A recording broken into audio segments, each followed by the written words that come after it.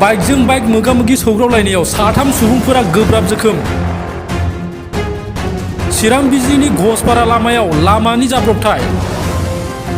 बरपेटानिफ्राय बिजनी बिष्णुपुर फारसे हिनजाव गोदान नायनो थांबाय थानाय समावनो गंनै साखा खबनै गारिया मोगा-मोगि सौग्रावलायनायाव साथाम सुबुंफोरनि गोब्राब जोखोम। AS26F7084 अनजिमानि रयेल एनफिल्ड आरो गंसेया AS15V18465 नाम्बार पालसार बाइकनि गेजेराव मोगा-मोगि सौग्रावलायो। पालसार बाइकआव गाखोनाय सानै आरो रयेल एनफिल्ड सालायगिरि साथामबो गोब्राब जोखोम जायो। जोखोम जानाय साथामखौ बेटागाव देहा फाहामसालियाव लांनाय जायो। बे समाव जोखोम जानाय सुबुंफोरनि मुङा समेन नार्जारी, लक्ष्मी मण्डल आरो गुबुन सासेया रामचरण सरकार होनना मिथिनो मोननाय जादों।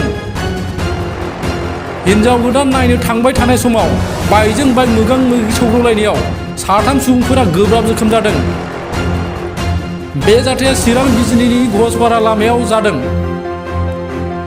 बरपेटानिफ्राय बिजनी बिष्णुपुर फारसे हिनजाव गोदान नायनो थांबाय थानाय समावनो गंनै साखा खबनै गारिया मोगा-मोगि सौग्रावलायनायाव साथाम सुबुंफोरनि गोब्राब जोखोम।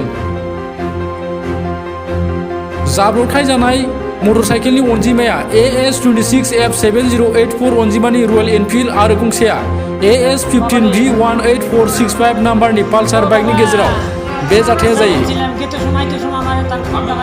पालसार बाइकआव गाखोनाय सानै आरो रयेल एनफिल्ड सालायगिरि साथामबो बे समाव गोब्राब जोखोम जादों होनना मिथिनाय जादों।